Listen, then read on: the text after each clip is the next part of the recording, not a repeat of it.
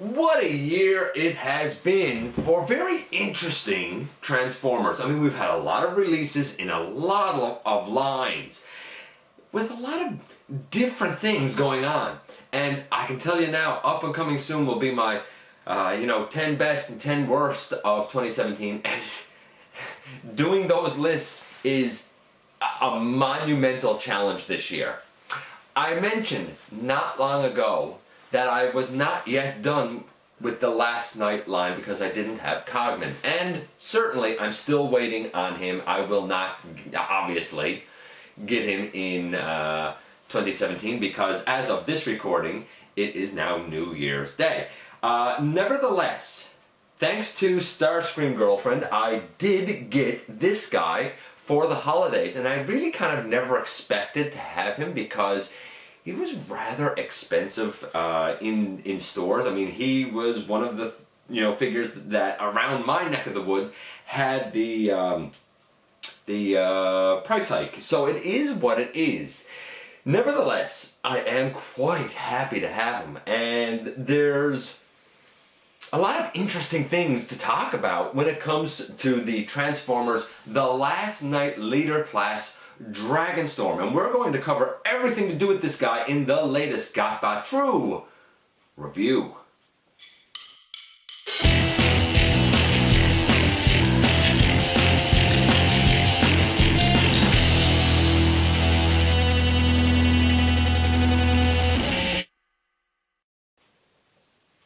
Hey guys, welcome back to the channel and Happy New Year to one and all. I hope that 2018 brings you nothing but happiness and prosperity and everything good. My name is Dennis Moulton, aka GotBot. As always, please like, comment, subscribe, share, let the world know about me.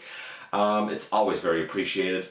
Spend some time on the channel, see what might catch your interest. Check out Universal Collision. I am still steadily working on Season 2. I did kind of take a bit of a hiatus to try and get through some of this other stuff, and of course for the holidays. Check out Machinery Man, The Everything Factor, and me everywhere. Okay, I babbled on long enough, and let's get into this guy. I'm going to begin by actually taking the figure out of there, and we of course get a bunch of instructions. They're okay instructions, they're not bad, but there are some movements on Dragonstorm that are just a little bit complicated anyway. Not when you know what to do with them, but I could see how it's difficult to pick it out in instructions. Taking that out of it, we do have a box. Nice artwork down here, a lot of red. We didn't get that on the figure.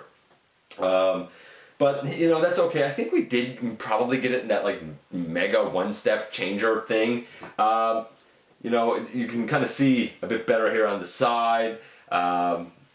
We come to the back and we see that we have Stormreign and we have Dragonicus, and they of course combined to give us Dragonstorm. In the film there were 12 of these knights that combined to give us this.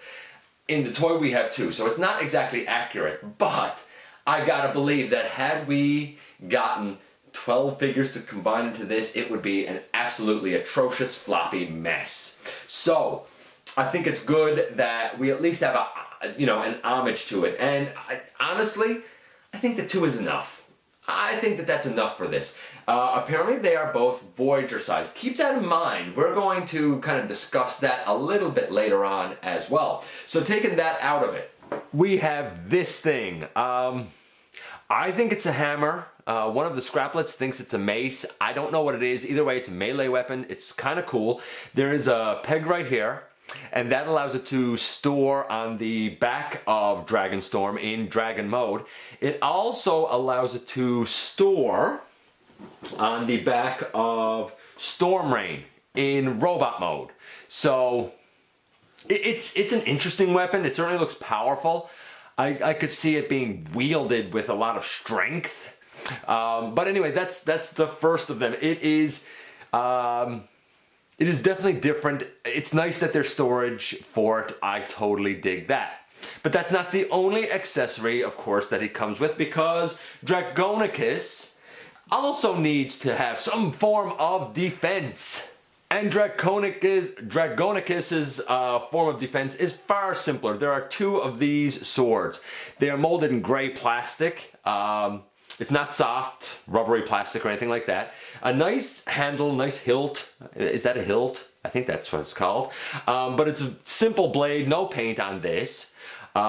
We have a 5mm peg right here. That allows it to store on the wings in both dragon mode and in robot mode. But now that we've seen the accessories, hey, let's get right into the figure.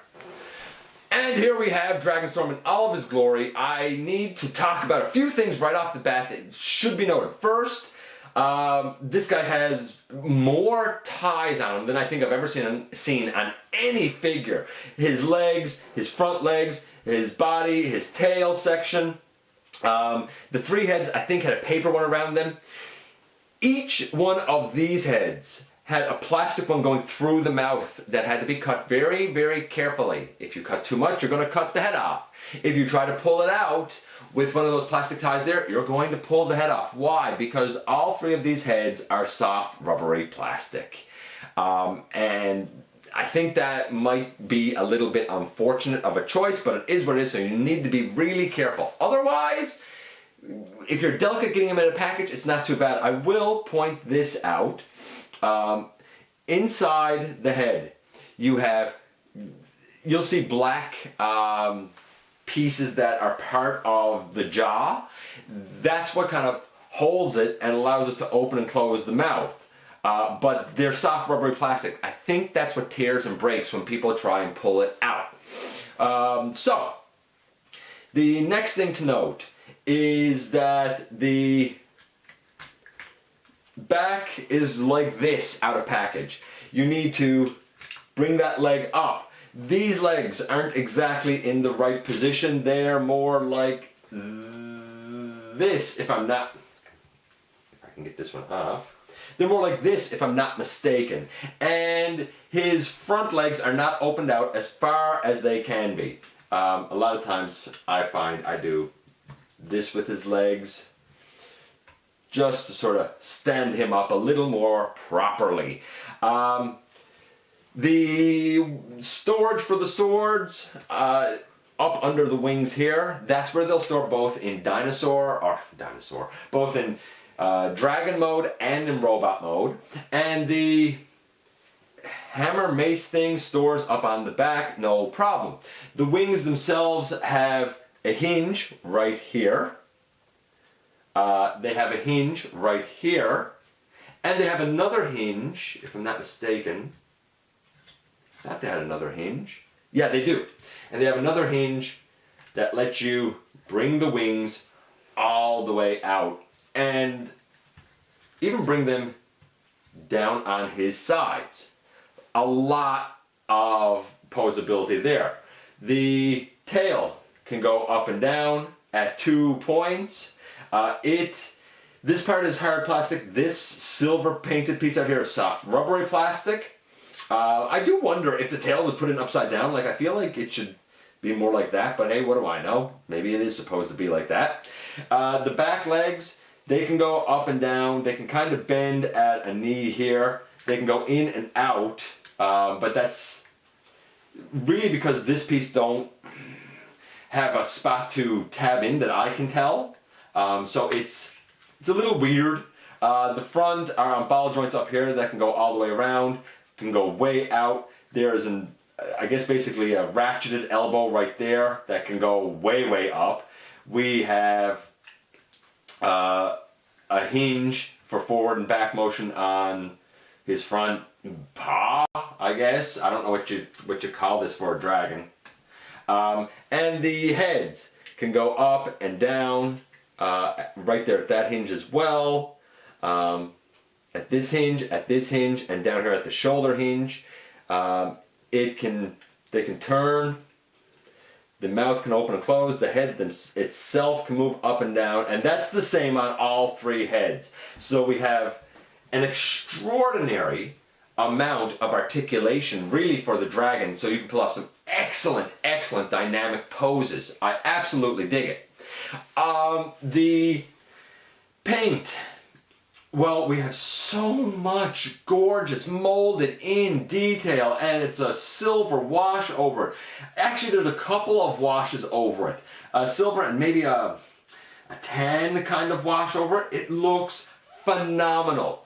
The colors come together so nice. It is one of the best detailed figures I think I've ever seen, both because of the washes over the plastic and the intense detailing in the wings. Take this out, up here in the back, down underneath here. Just such beautiful detail. Even on the dragon heads, they look phenomenal. I'm going to give his paint apps, honestly, like 25. There you go, that's the score for that. They're like a 25. It goes from being a nice deco to almost looking artistic, at least to me. Maybe you don't dig it, but I think it looks phenomenal. So a 25 is a great start. The articulation in Dragon mode is fantastic. I'm not going to score that yet. We're going to get both robots in their modes. And then I'll give a score for the articulation and the transformation. So, that being said, you saw that I already took the hammer off of the back. We're even going to leave the swords on the wings. We're going to begin by folding this wing all the way back, and folding this wing all the way back. And we'll even fold them up at that hinge, just to get those wings sort of out of the way for now. Okay, so now that we have these up out of the way, we're going to actually take the figure and come down to the, we're going to kind of come down to the bottom. Sorry, I want to do something else easy first. Fold this in, and then fold this back. It can't go up in the leg for now, but that's okay. We'll deal with it in a bit. We come down underneath, and this whole body section here opens up. It comes straight up and then curves off to the side. It's a bit of a weird way that it was done. There are interlocking teeth and stuff right here. So basically the easiest thing to do is open up those legs, bring this leg down. It's not locked in yet or anything, but it's just so we can access this core piece here. And this is easier if you have fingernails. We open up the core piece. And with that open, we can now remove the center head and the whole center mass. This is held in both by having these pieces fold around it, but there is a little tab and a little hole that holds it in. I'm going to take that out and I'm going to show you the tab, or the hole. The hole is up right here. The tab is right here. Okay, now that we have these two guys apart, we're going to deal with each one individually and end up with two robots. So let's start off first with Stormreign. I'll take this guy out of it. So let's begin by looking at how to transform old Stormreign here. He's not hard. He just has one kind of, I'm not even going to say fiddly, an interesting bit when it comes to his arm. So we take this guy and we extend this leg down. We basically combine our wards it down. There's a gray hinge in here, and we combine our wards it down and lock it in, put up the foot. We come to this other leg, we fold in the soft rubbery piece of the tail, we fold that up all the way, and we put up that foot. No problem. We kind of lift this piece off, but we're not going to bring it all the way up for now. Okay, that's his lower body mostly done. Now this whole section here needs to swivel and come out. Turn that to the side so that this shoulder armor is out of the way. Then you can turn that entire piece, no problem. Once you have that entire piece done, you can bring out this arm.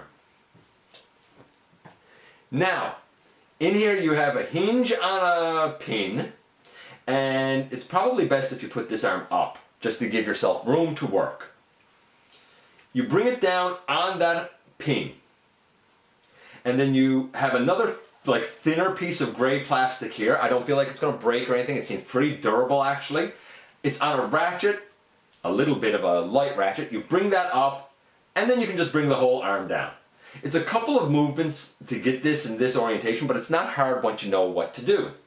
We take the head and we turn that around.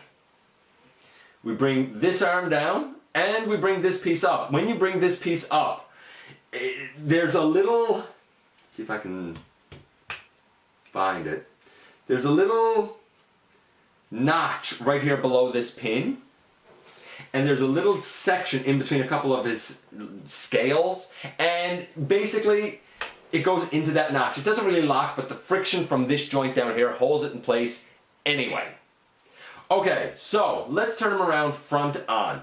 This is what we kind of have at the moment. You need to take his waist and bring it down and orient the legs so that they are facing forward. You'll notice pins here up in his hips. I kind of feel like these upper hip pieces should have been turned around, but the waist piece is definitely in the right direction because if you look at the, other side of it, it's very hollow. We come to this arm over here. We turn it so that the elbow is facing forward and the fist is in behind. So we flip that out. Great. Then we have to deal with this head over here. Again, we turn the arm forward. We have a gray panel here on the forearm that we turn up, and now we push the fist forward while simultaneously bringing the dragon head up. Once the fist is out,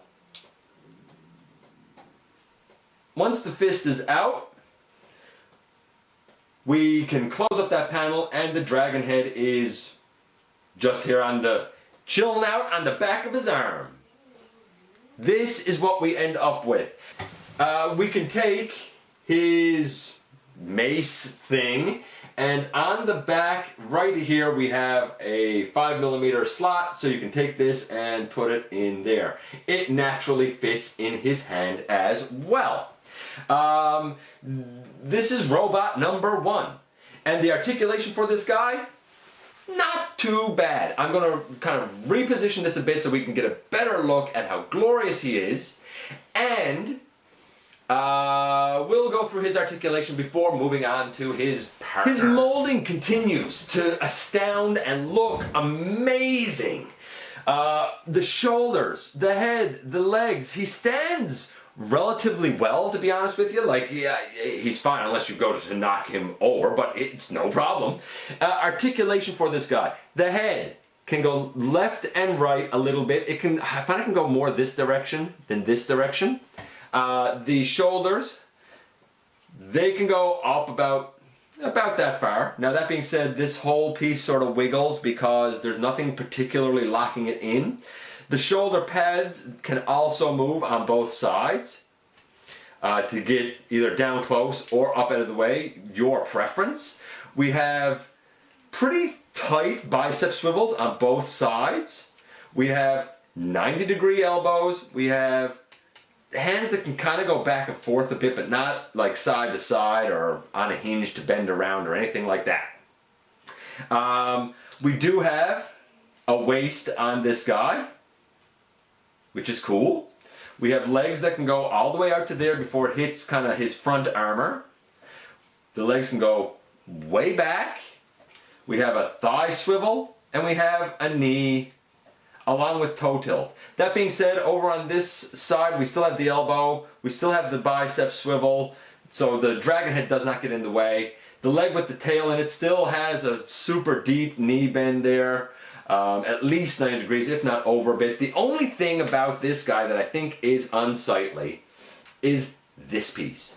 I think it's cool that we can actually store the mace thing in there, but I feel like this whole piece, it would have been nice if there was some sort of hinge so this could have like flipped around so that, the outer scales were on the outside, but it's not as obtrusive of a backpack as you would think it is. Overall, when you look at the beautiful silver used on him and all the detailing on the body and the legs, I think the guy turned out really, really nicely. We're going to take Stormreign out of it. We're going to bring in Dragonicus, and we're going to get his transformation done and have a look at his articulation before I score both of them. And And here is the other half. This is going to end up being Dragonicus. This is the part that has the wings and 2 heads and whatnot. It is also the more challenging part when it comes to transformation. So, we begin by bringing down the legs. Now, there's a gray tab up here, and there's a slot in this piece right here. In Dragon mode, they, kind of go like this and slot in. For robot mode, you bring it all the way out, you straighten it out. Like that. You take this side and you bring it, same thing, all the way out, straighten it out like that. You come down underneath and you bring out his toes and you bring out his toes. There really is the bottom done, except for having to turn the legs around. There's basically the bottom of this guy done. Okay, now comes the more complicated part. I'm just going to reposition things here so that we can kind of see this whole upper body a bit more, because this is really what we want to focus on for transformation. Alright, so let's try and deal with this core, because it is kind of a bit of a pain. So we get the wings here back out of the way. And we have these sections here open. What you need to do is take the dragon arms, and it's hard to do this too with this guy's legs still free flowing and flailing there. But you need to take the dragon arms and bring them up on the side, free and clear like this. So they're kind of coming up now parallel with the 2 dragon heads.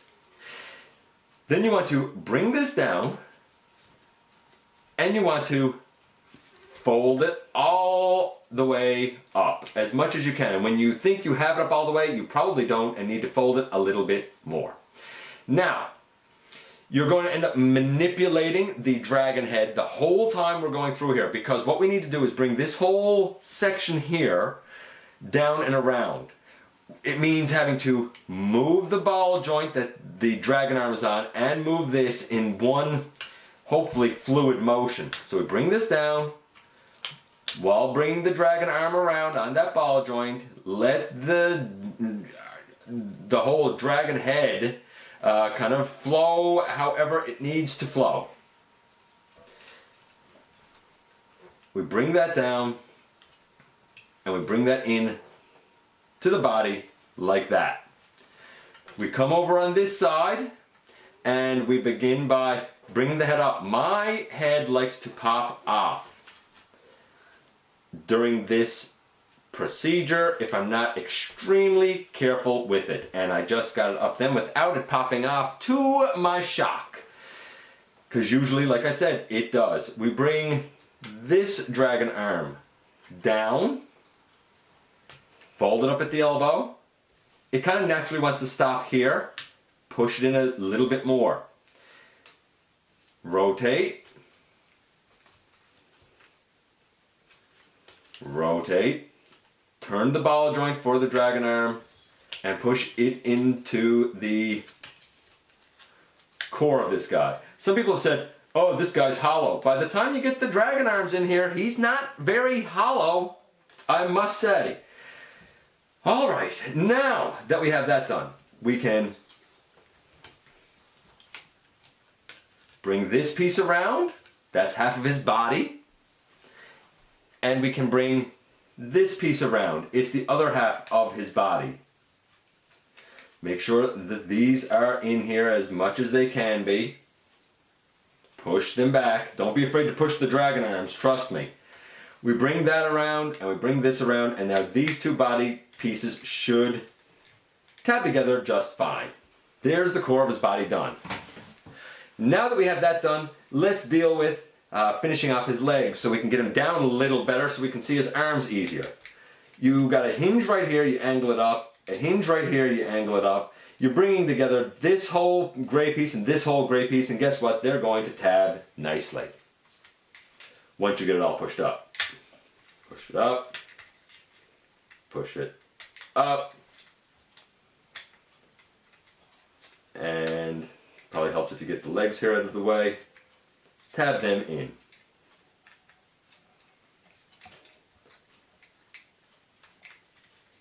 I did not get it tabbed in. That's on me, not the figure. There we go. And this is what we have now. Okay, so for his shoulders here, you just rotate them down so now this shoulder piece is, you know, on the top where it belongs. Same here. Both of these arms are dealt with exactly the same way. Now that we have that down, we turn them at the bicep. And do the same over here. Turn at the bicep. Beautiful. Then you open up the forearm. You push the fist through while bringing the head up onto the back of the dude. And we close that up. And of course we do the same thing over on this side. We open up the forearm, push the fist through, bring that up around, close it up, and straighten him up a bit here, and boom, in the end, here you have, which one is this? Dragonicus, in all of his glory. I'm going to, because he sprawls out so much, I really had to kind of pan back to try and show the whole thing so you can see the orientation of stuff. Let's just bring it in a little bit closer so that we can see his glorious detail as well, and his articulation. Again, the guy looks beautiful. I mean, look at the detailing on the body, look at the mask, even look at the forearms, a lot of nice silver. His feet are even done nice. And of course you still have all of that glory of the wings, and of course in this mode for articulation, the wings can still go all the way out. You retain all of that mobility, mobility from dragon mode, pardon me, or you can even put them right in on his back if you want. The head, if you have everything done here properly, it should move a little bit left and right, a little up and down, nothing major. The arms, well, they can go way out to the side because the shoulder armor can move. They can go all the way around. Bicep swivel, 90 degrees. The hands again can kind of go forward and backward.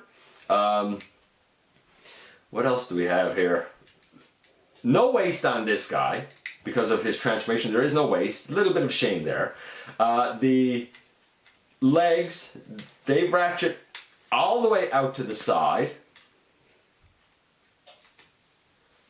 For some reason I'm having trouble getting that to stay tabbed. Not normally though. They ratchet all the way out to the side. Bringing those down. They can ratchet, or they can go forward. They can go all the way back. We have a thigh swivel. We have a little over 90 degrees at the knee. And we have nice big feet on the guy. The toes can go up and down. I mean, why am I having such a nuisance with this? Probably because it's on camera. Normally, by the way, if you're concerned about, you know, his body staying tabbed together, I find normally, though it's not really proving it here now, I find normally it stays tabbed together just fine. Now, I'm going to bring in Stormreign, and we're going to give the final score for, you know, these guys together. So here we have both of them. I just wanted to point out how they look compared to, say, a deluxe figure. Here they are with Steelbane, significantly bigger than Steelbane, who was a deluxe, and I think that's fine. I looked at Steelbane in full in episode, I believe it was 280. This was not good in a package. It needed every single joint done with floor polish. Everyone. He's okay now, but I shouldn't have had to do that. Here he is, or here they are, I guess I should say, with another Voyager figure, that being Optimus Prime. I know these kind of off to the side here, but you can get the idea. You know, Here he is in behind, I guess. I mean, they're about the same size as Optimus. No issues there. They're definitely Voyager class. Which is what we were told that they were. We were told that these guys were Voyager class. Then, I just want to point this one out as well. By the way, I looked at Optimus in full in episode 272, and here they are with the new Power of the Primes Hot Rod. Slightly taller. Again, they're good-sized Voyagers because I think that this guy is either a really big deluxe or a slightly undersized Voyager. I would say, I would say Voyager. I looked at him in full in episode 348, I do believe.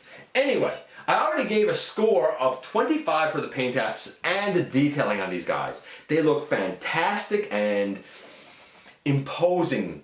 They look imposing but regal in robot mode. They make a fantastic dragon. For the articulation, there's so many points. No, it's not perfect, but considering that we have two bots here, and then they need to go together to give us a dragon that can actually move and do things, I think they succeed pretty well. I'm going to give their articulation, because of the fact there's no ankle tilt, there's nothing at the wrist, and one of them is missing a waist. I'm going to give their articulation a solid 8.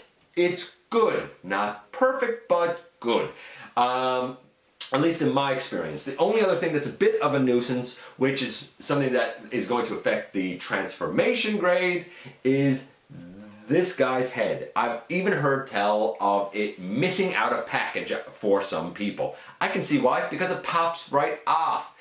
It's easy enough to put on, but again, it pops right off. It's almost like it ratchets as you're bringing it up. It's not smooth. Okay, so we had a 25 for paint. We have a 8 for articulation. Transformation is interesting. One arm on this guy, a little bit complicated, unless you know how to, move the pieces. This guy, definitely more challenging, because as you're trying to bring the dragon arms down and into the body, that gets a little nerve-wracking. Trying to get his head up without it popping off is a bit bothersome. And then as you bring the two pieces of the body together, you want to make sure that you can make clearance around the shoulder pieces. That can be a slight pain. Still, once you kind of, have a sense of how everything goes, it's not bad. I'm going to give his transformation, because it's amazing how solid the dragon is.